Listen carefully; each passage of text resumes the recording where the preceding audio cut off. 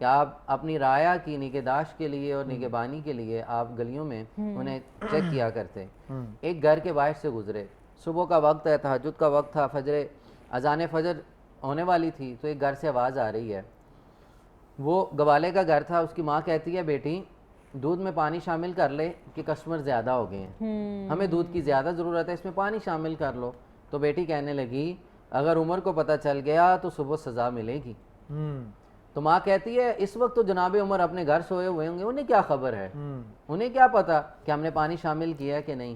بیٹی نے کہا اگر عمر سو رہا ہے لیکن عمر کا رب جاگ رہا ہے, عمر کا رب دیکھ رہا ہے, ہمیں رب سے ڈرنا چاہیے. جناب عمر فاروق رضی اللہ تعالیٰ عنہ کو وہ بات اتنی پسند آئی. صبح رایا میں جب کچہری لگی تو ماں بیٹی کو حاضر کر لیا, رات سنا تھا, حاضر کر لیا.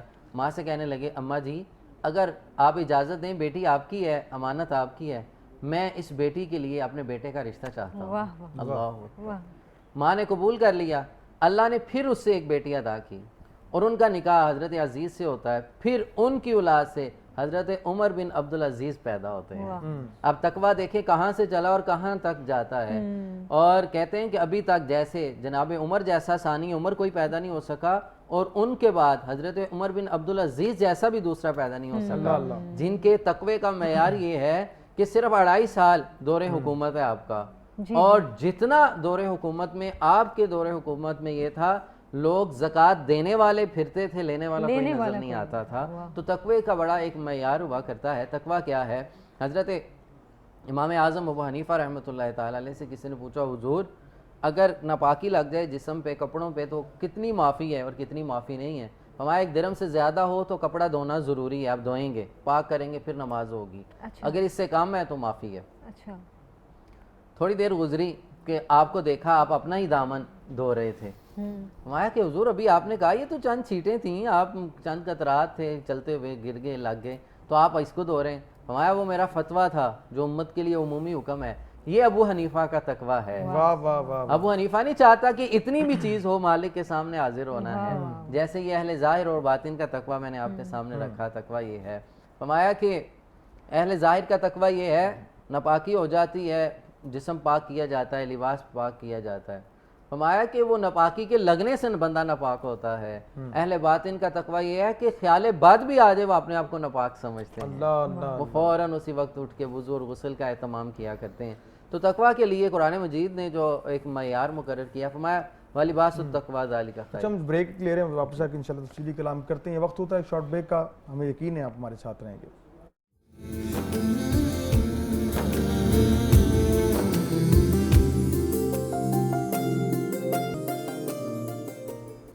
بریک کے بعد آپ کو پھر سے خوش آمدید کہتے ہیں. اس سے پہلے بریک میں ایشال فاطمہ آئی تھی, اور جیسے کہ ہم نے آپ کو بتایا کہ ہمارے پروگرام میں چھوٹے چھوٹے ننھے نعت خواں بھی آتے ہیں, اور ہم کوشش کرتے ہیں ان کی سریلی آوازوں کو پروگرام میں شامل کریں تاکہ خوبصورت نعت, خوبصورت کلام آپ کے سامنے پیش کر سکیں. ابھی ہمارے ساتھ عبدالہادی موجود ہیں, ننھے سے چھوٹے سے پیارے سے نعت خواں ہیں. عبدالہادی کیا سنائیں گے آپ؟ سنائیں. میری الفت مدینے سے یوں ہی نہیں, میرے آقا کا روزہ مدینے میں ہے, میرے آقا کا روزہ مدینے میں ہے. میں مدینے کی جانب نہ کیسے کھینچوں, میں مدینے کی جانب نہ کیسے کھینچوں, میرا دل اور دنیا مدینے میں ہے, میرا دل اور دنیا مدینے میں ہے. عرش اعظم پر جس کی بڑی شان ہے, روضہ مصطفیٰ جس کی پہچان ہے, روضہ مصطفیٰ جس کی پہچان ہے, جس